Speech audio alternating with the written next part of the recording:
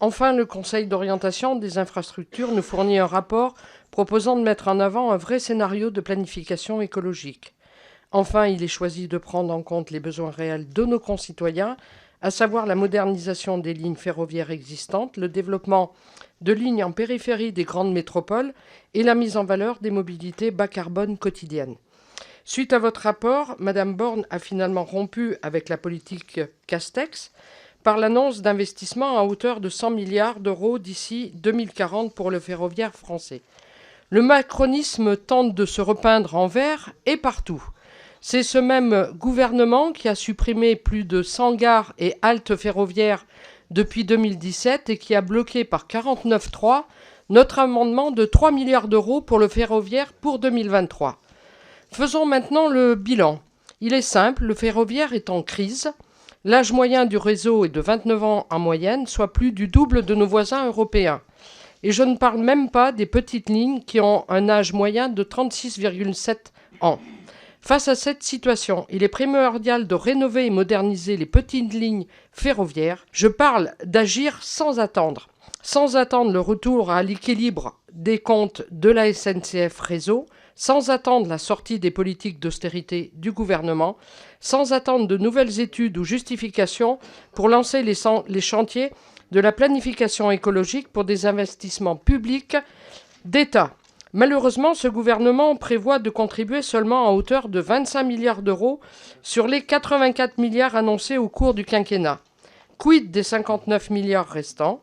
Seront-ils pour les collectivités territoriales qui sont déjà à bout de souffle du fait de l'inflation et des entraves de ce gouvernement, ou bien alors pour les nouvelles sociétés de financement creusant encore davantage la privatisation du ferroviaire français? C'est dès maintenant qu'il faut, de façon déterminée, réinjecter de l'argent public dans ce système à bout de souffle. C'est l'un des points de conclusion de votre rapport en ce qui concerne les investissements publics dans notre système ferroviaire.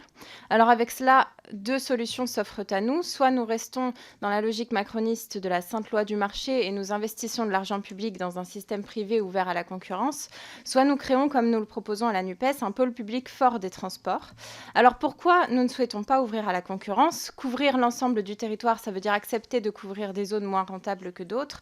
Or, la loi du marché ne s'intéresse pas au cas particulier de nos territoires ruraux, par exemple. Elle ne prend pas le temps de regarder les zones mal desservies, les zones avec peu d'habitants et d'en assurer le développement et l'entretien des infrastructures, tandis qu'un pôle public des transports n'aurait pas pour objectif la rentabilité, mais conformément au rôle d'un service public, se concentrerait sur l'égalité d'accès aux services entre les citoyens. Pourriez-vous donc nous préciser les conséquences observées sur nos infrastructures ferroviaires des premières ouvertures à la concurrence qui ont eu lieu et quelles conséquences futures de cette politique, notamment sur la concentration du service sur les grandes métropoles? En général, quand on parle d'une enveloppe souhaitée d'au moins 1 milliard sur la régénération et de 500 millions sur la modernisation, chaque année pour le faire, et chaque année pendant 20 ans, je crois que c'est important d'insister là-dessus. Ce n'est pas un pic d'investissement à la fin de ce quinquennat qu'il faut. C'est 20 ans d'investissement continu en euros constants sur ces montants-là, en plus de ce qui est fait aujourd'hui. Bon. S'agissant du sujet petite ligne en tant que telle, qu'est-ce que c'est une petite ligne? C'est ce qu'on appelle les lignes qui sont classifiées en UIC 7 à 9 et sur lesquelles, pardon de le dire, mais il y a eu une formidable hypocrisie pendant des années qui consistait à dire que c'était très important, alors que des consignes implicites étaient données pour ne plus investir à SNCF Réseau sur ce réseau-là, pendant des décennies. Bon.